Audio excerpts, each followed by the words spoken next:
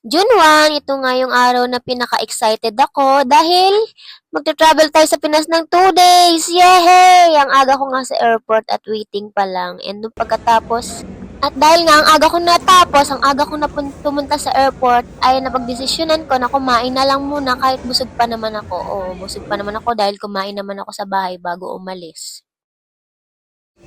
At nung dumating na nga tong order ko, ay dali-dali ko nang tinikman, ay Diyos ko day. Sayang lang yung pera ko dahil hindi masarap. Honest review lang. Para siyang, tingnan nyo naman, sa pagkakahalo ko pa lang, parang labsak yung pasta. Tapos yung lasa, hindi din masarap. Mentaiko pasta to, kaya pag pumunta kayo dito, departure gate, papuntang gate 16, alam nyo na iiwasan nyo.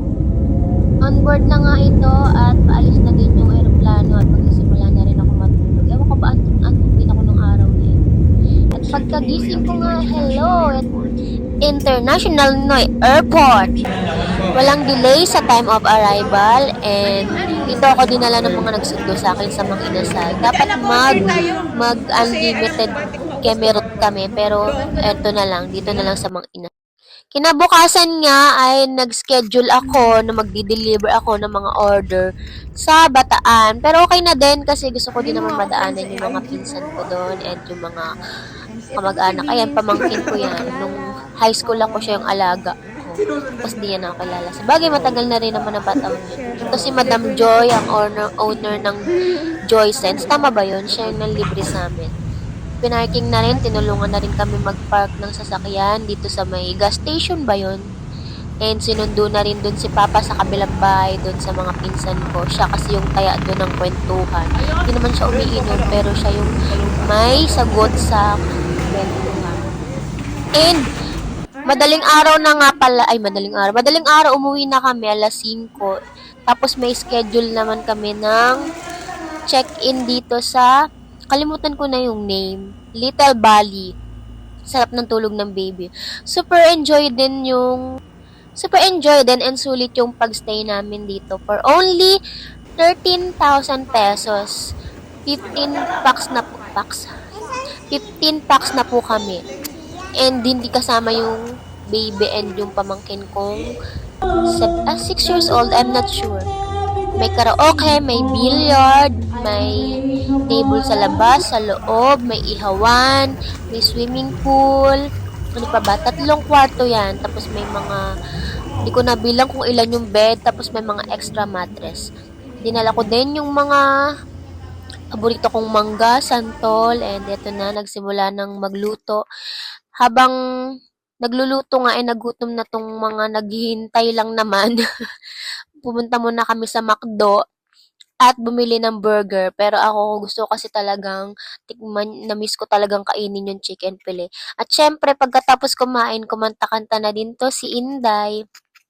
Kahit maikli lang yung bakasyon ko, 2 days lang, nasabi ko naman siyang masaya, sulit, bitin nga lang talaga. Pero, ayos na din, napakamura lang din naman kasi nung nakuha kong ticket.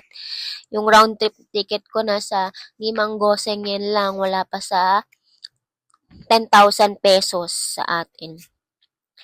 And ayun, ano pa ba? Sana next time mahaba-haba naman, mga 1 week ganun. Tapos wala na akong masabi. Ayun, paki-share na lang po itong ating mga video. And yung mga mag-share at magko-comment ay makaka-receive ng 500 pesos. Meron na tayong stock na peso sa Philippines. Kaya, huwag kayo mag-alala, marireceive nyo agad siya through GCash. And screenshot ko na lang kung kanino siya napadala. And kailan ko siya bubunutin. Siguro, next vlog, i-announce natin yung nanalo ng GCash. Ano pa bang sabihin ko? Wala pa tayong mga new items naman sa ating business. Wala pang mga new items. Mag-update naman ako sa Reels kapag meron na. And siguro yun lang. Tapusin ko na tong vlog na to. Napahaba na masyado. And na-enjoy ko talaga. Super saya talaga umuwi sa Pilipinas. Lalo kapag kasama mo yung mga mahal mo sa buhay, yung pamilya mo. Tapos nakain mo lahat ng mga gusto mong kainin. Salo-salo kayong kakain. And wala na talaga akong ma-add. Ito na lang siguro yung last na video, mga clips na lang to ng mga foods. And ayun lang. Thank you for watching. Mag-comment kayo kung umabot pa kayo hanggang dito sa video na to kasi wala na talaga ako masabi. Yun lang, bye-bye. Thank you for watching.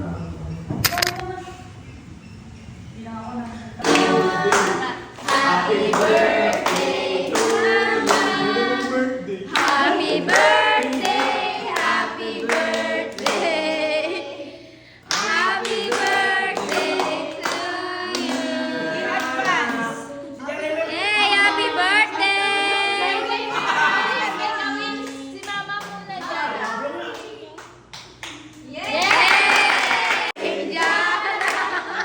Happy birthday! Ay, birthday ah! Happy birthday, Jana! Wish ka na, tapos blow. Wish daw. Wish daw. Lumamang ko sa Tapos, tapos blow na.